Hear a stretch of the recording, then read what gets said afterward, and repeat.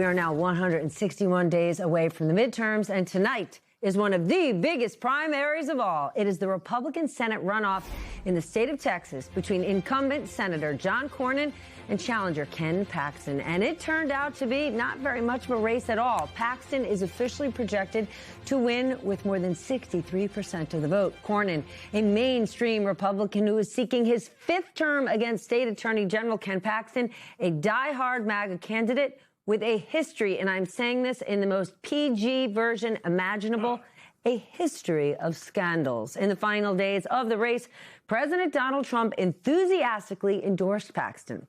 The winner will now face Democratic nominee James Tallarico, who is seen as a rising star in the party.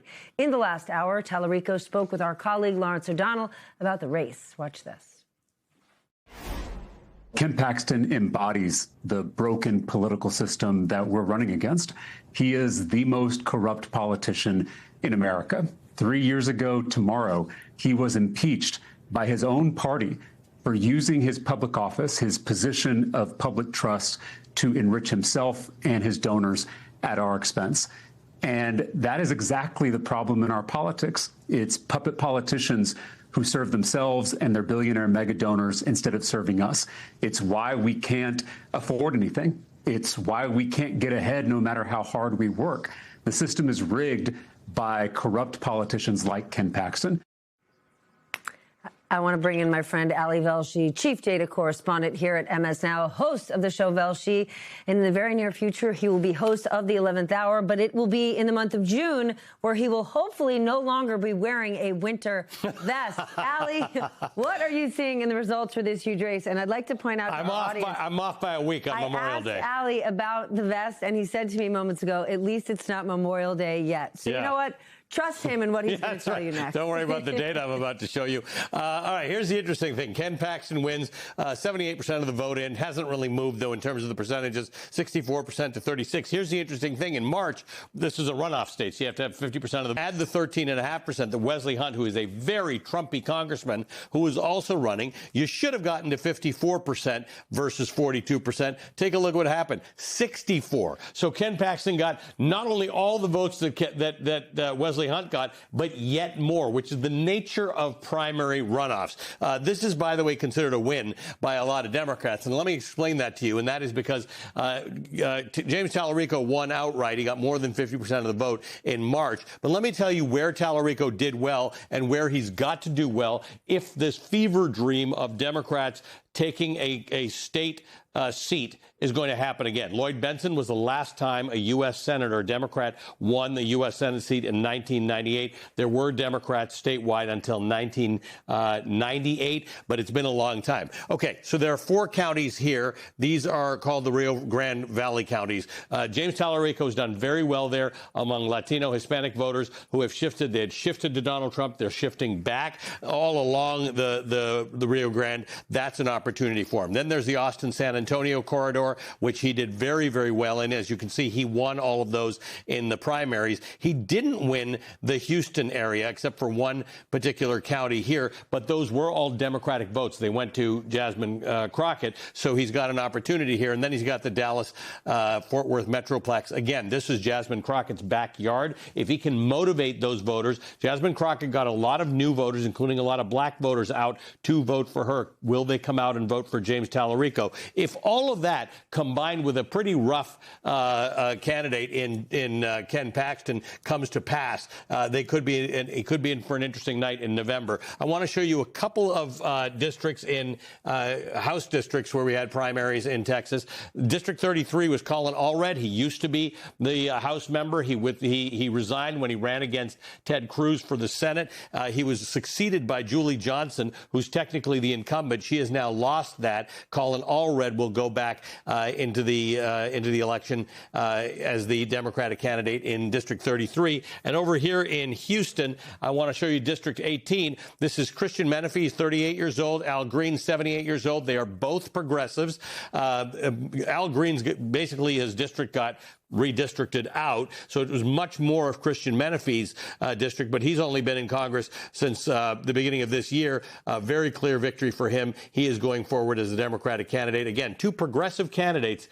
There's some crypto money involved in here, but two progressive candidates going up against each other, the younger generation beating the older generation. So once again, I would say overall, while most of the attention tonight, Stephanie, was on the Republican side of the primary, the energy might be on the Democratic side of the primary, because when you do the math, if you're James Tallarico, you're probably by a percentage or so ahead of where you were this morning. And to be clear, Allie, north, south, east, west, rural, urban, suburban, if there is an election, there will be crypto money in there. Stay with us, Allie. I want to get smarter with the help of our leadoff panel and bring in Texas native Abby Livingston, congressional correspondent for Puck News, and Larry Sabato, director at the Center for Politics, a UVA professor and presidential historian, UVA, which hosted the NCAA lacrosse championships this weekend, where the Princeton Tigers were victorious.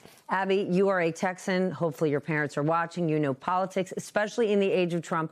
What is your reaction tonight? Well, my mother is for sure watching. She's one of your biggest fans. I'm stunned with the margin. I mean, we're looking at almost 30 points, and I don't think many folks in Texas saw that actually coming. They thought, I mean, there were some scenarios where people thought Cornyn could win. This is a rout. I'm from Texas. We would call it John Cornyn got whipped. This is just a very, very dramatic night in Texas politics. I think the central question that is not obvious in this is John Cornyn is the lifeline of money leaving Texas, donor money going to other senators. So now Republicans have a money pit problem. John Cornyn is no longer there to serve that purpose. But on top of that, this Senate race has cost over $100 million just in the runoff. And who are these people donating? Are they Texans?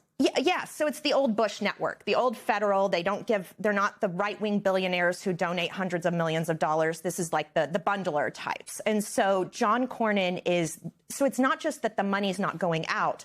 Republicans are now looking in the face of a very serious problem of money needing to come in, because Ken Paxton is not a good fundraiser and James Tallarico is. So at some point, Republicans may have to start making choices about cutting money elsewhere to save the Texas seat. Larry, how does this affect the big picture for control of the Senate? Well, if Democrats could win Texas, they'd be well on the road to taking over the Senate, because winning Texas is not just winning Texas, as big as that is.